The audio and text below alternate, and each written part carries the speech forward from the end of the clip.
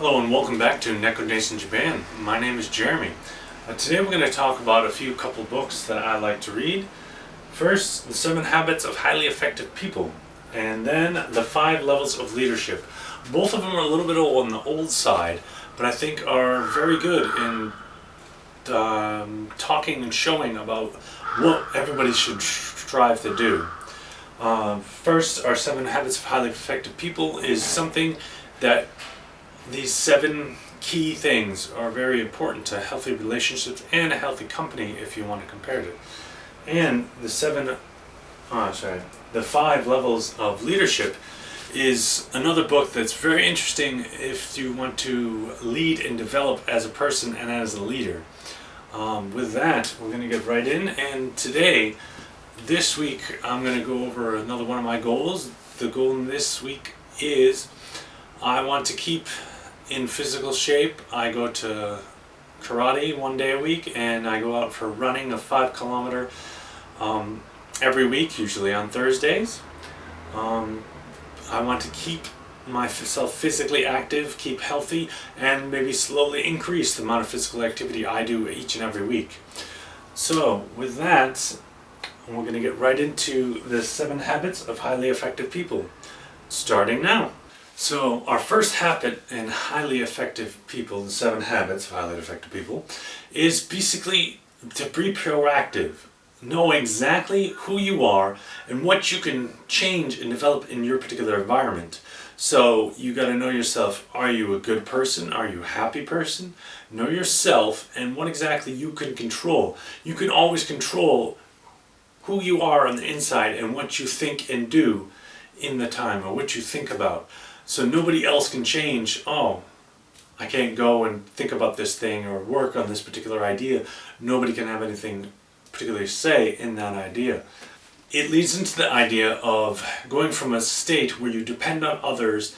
Maybe when you're a little child, you always depend on your parents and that, or somebody to lighten your mood and all that, just affect you and those external sources. Then you get to a state of independence where you don't depend on anyone, and then interdependence where you depend on yourself to keep yourself motivated, keep yourself on task, keep yourself entertained, all kinds of things. You can rely on yourself instead of others saying, I will keep on blaming other people for my problems, or that.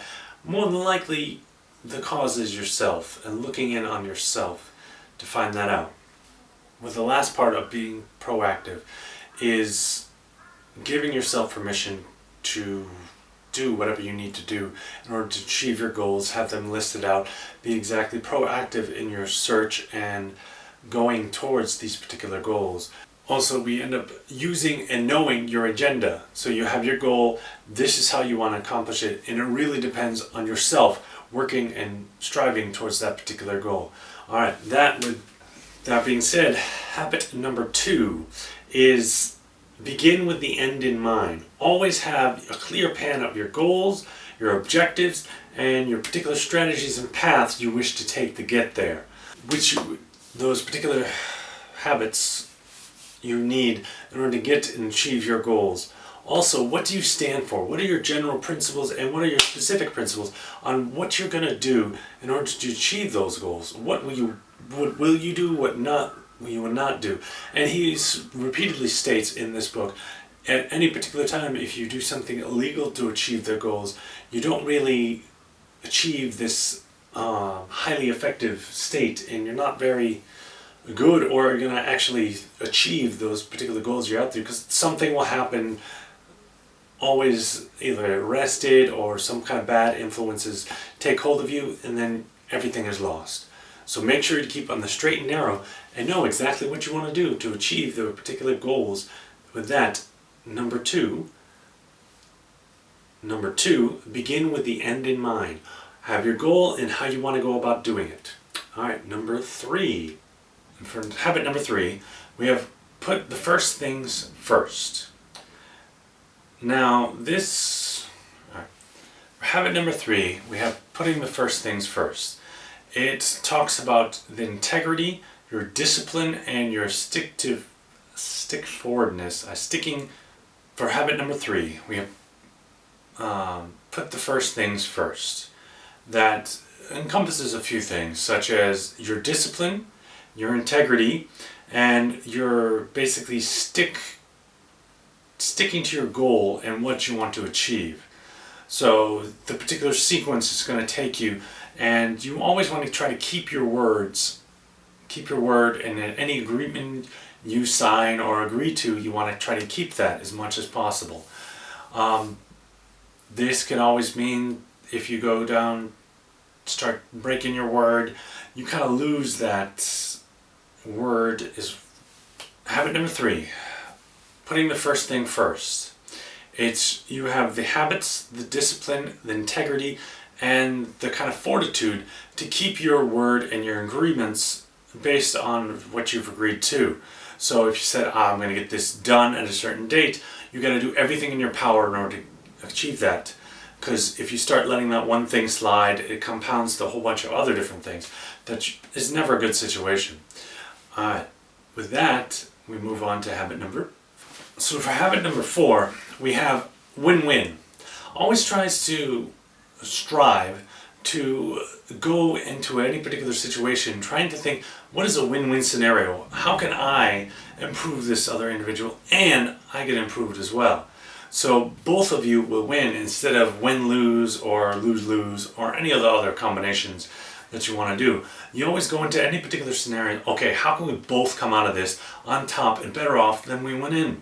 So any particular examples you can think of, whether you're going to go into a business meeting talking about a particular product you want to sell, what is a good way that you can get a good price and they get good value for the particular price they're going to pay to you or to any other people. Alright, with that, number 5. Yes, with that, habit number 5. Habit number 5 is a little bit tricky, but it's a very simplistic habit. First, seek to understand others before you want them to understand you. So get into, walk a mile in their shoes kind of thing, where you want to understand them before you try to have them understand you, because it never actually plays out. So if you try to get them to understand your point of view, you first have to understand where they're coming from in order to just best ways, I guess, to communicate would be the best way to put it. A good example of this is a lot of the time you find somebody just sitting there and listening to you, not actually listening, but just trying to come up with a good response to your question and not really say, oh, is that so? I wonder how that works, or I wonder how this works. They're not actually listening, they're just formulating what they're going to respond to and try to fake listen, if you will. Alright, with that, moving on to number 6. So, our next habit, number 6, is one of synergy. This is a little bit interesting. It takes, when you're meeting with a particular individual, you get their plan of attack on a particular. In this, one of the fundamentals to achieving this interdependency is synergy. So you are going to synergize with somebody, work with their strengths, their energies, and their particular goals, and try to figure out what is their plan of attack and what is yours. And is there any way you can combine the two to make a third plan that's even better than both of the individual ones? So you synergize and you kind of amplify the amount of energies and your just general input and output from this particular scenario. With this particular habit, synergy, it's really all about taking your two paths that you're trying to walk down. He's walking down his, you're walking down it. See if there's one way you can combine that to a third path that's better than your two original paths you had. With that, let's get into the last habit, number 7. Our last habit is arguably the most important habit, I think, in this whole list. Basically, to sharpen your saw, or self-improvement. You're going to set down, okay, this is what I want to do, what do I have to improve, and what kind of level do I have to get to in order to be able to accomplish this goal. So what do you need to get to your sales goals? What do you need to get to your goal in your family? It's plenty of rest, exercise, eating correctly, try to keep down on the sweets and junk food, and just get out there every day and give your all. It's how do you sharpen or improve your skills in order to increase that next level that you're going for. Improve yourself and become interdependent. And with this, all right. With that, that's everything from the 7 Habits of Highly Effective People. Unfortunately, Stephen Covey has passed. I'm going to look in to see what other kind of works he did, because I really liked the 7 Habits of Highly Effective People and hope to see what else he's done. Next, we're going to get into the 5 levels of leadership. Today was a little fun. I figured 7 habits and 5 levels, why not? Both numerical to get right down to it and the simplistics of those particular philosophies. Alright, let's get into the 5 habits. Let's get into 5 levels of leadership by John Maxwell is his name. So let's get right into the 5 levels of leadership by John Maxwell. Alright, the 5 levels of leadership is all about maturing and developing as oneself in the role of leadership, whether that's given to you as in the first level, or you want to just take a charge and do what you need to do in your particular family or household. It all depends on whatever the leaders you want to grow and shape as. So let's see, number 1. What is number 1? So in 5 levels of leadership, John talks about where it's particularly interesting that you could be on different levels with different people. You may be a very good leader, maybe level 2, level 3 with somebody, but somebody you just know and you just getting acquainted to, you'll be exactly on level 1 where you've been assigned a particular position, and number 1 is a positional leader. You just assigned, or somebody who thought of you, and maybe, hey, he might give this a try, he might become a good leader. So they put him into this particular spot, maybe a little manager position or entry-level employee, a little bit increase above that, maybe entry-level, mid-level boss or something like that, and say, okay, what can this particular individual do? But in none of the cases, he goes over and over again, if you are a level 1 leader and you're put in charge of any higher level individuals, so they're level 3, level 4, level 5s, or even level 2s, almost all of the time they will either try to take your place and become that leader, or they'll just leave because they are so much higher than you in the particular level. So first we have the positional leader. It just, you're assigned the position, you're now in charge of this, given to you by your job description or something else, but you never really get any particular power because of this leadership position. You're assigned it, and then you'll see what happens, and then you got to do all the work. Alright. Another very good adage he goes into is the fact that if you're a positional leader, you're basically all the time just chasing titles. You work so hard to get this title, now you have to protect it by knowing all the answers, not really helping anybody. Say, I'm here now, I can't let anybody get close to me or do that. Where in leadership, the second level of leadership, if you will, is really getting to know people on a personal basis. So this personal basis is more like they give you permission to lead on level 2. So you get close enough to them where you then understand them, understand where they're coming, you get to know them, the individual. And this particular individual you are trying to lead, you said, okay, I know you, I know about you, I understand your values, I understand where you're coming from. This is where I want to lead you. I want to say, okay, what can I help you do? More than what can you help me do, it's always what are you trying to give to this individual in order to get them on the particular path you're trying to lead them down, whether that's success for themselves or there's that success for the company they're working for. Sometimes, and hopefully almost all the time, that is almost the same path where it's success for yourself leads to success for the company and vice versa. Alright, so really to achieve level 2 in leadership, you need to start fostering good personal connections and kind of creating energy in among your department or any particular you're trying to lead or they're trying to lead you. You really need to get to know and get along with and kind of harness this, create this positive energy through that leader, that particular interaction, and any other leaders you wish to form and get along with. This is basically, you got to get to know your people. You got to go through, get to know them, their goals, their ambitions, their family, their social, what they're good at, what they're not good at. And you got to say, okay, this is what you're best at. Let me try to help you in that and put you in situations where 90% of the time, that's what you're doing, is you're doing your strengths.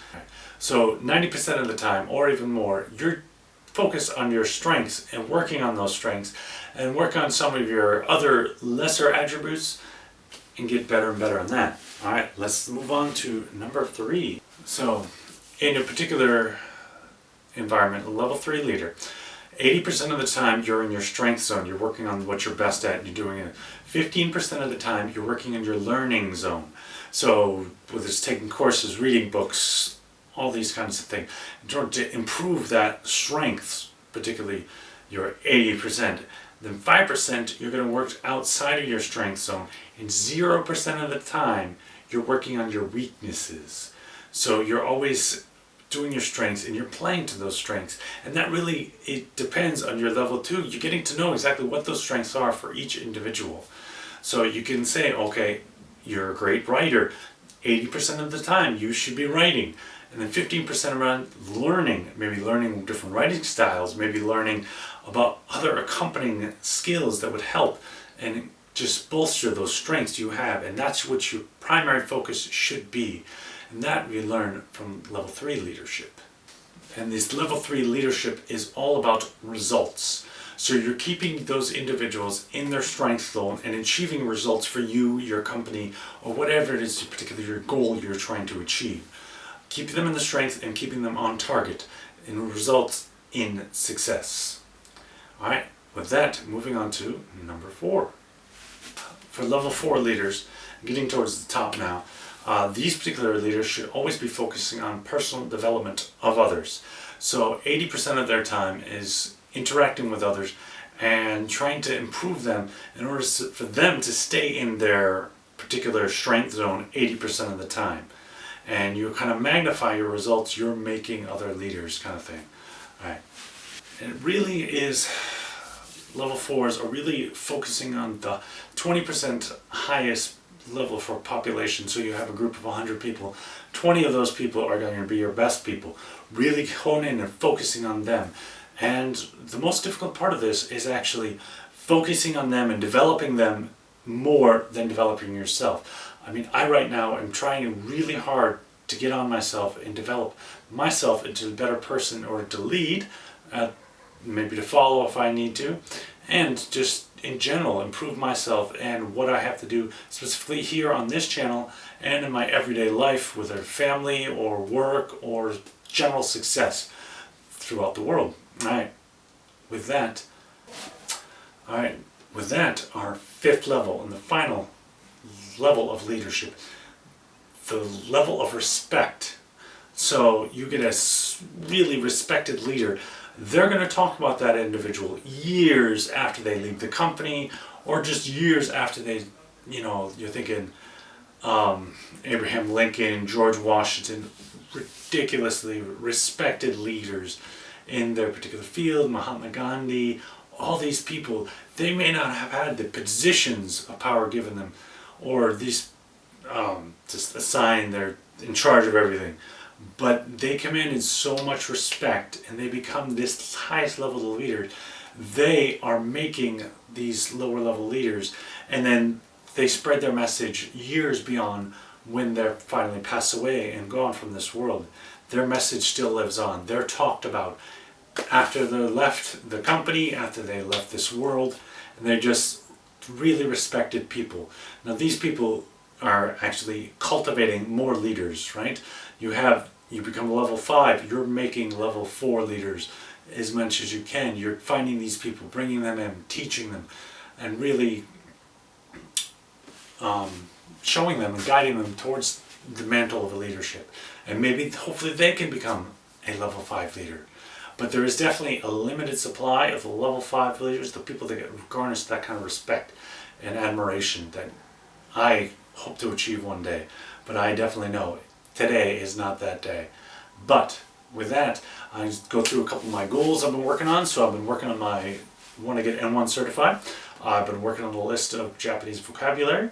I just started kind of a one-on-one, it's really English teaching lesson, but I also do want to do language exchange with that. Also, I've been doing lessons every Monday in order to get some more people coming. I hope to see anyone there. More people there would be much better. Also, I do a community center English down in town Sweden, where I frequently visit. 2 times a month. I'm looking to increase my classes and particularly improve my English teaching and communication level with the regular Japanese citizen, improve my Japanese proficiency. Also today, I've been just my physical fitness goals. I've been running more, going to more karate, and I actually have to go tonight, but I want to improve myself and just kind of improve myself just in general. With that, so please don't forget to sharpen your saw. Work on your personal development and personal achievements, and kind of write down exactly what you want to do for your set of goals. What do you want to keep towards? Every day you want to take one little step towards what? What do you want to do in your lifetime? And what do you want to do that leave from your lifetime, and what would the next generation say? Ah, look at, he did this. Can I carry on this legacy? Comes into some of my other goals I will talk about maybe in the next video. With that, thank you very much for coming. I am Jeremy from Neko Nation Japan. Sayonara.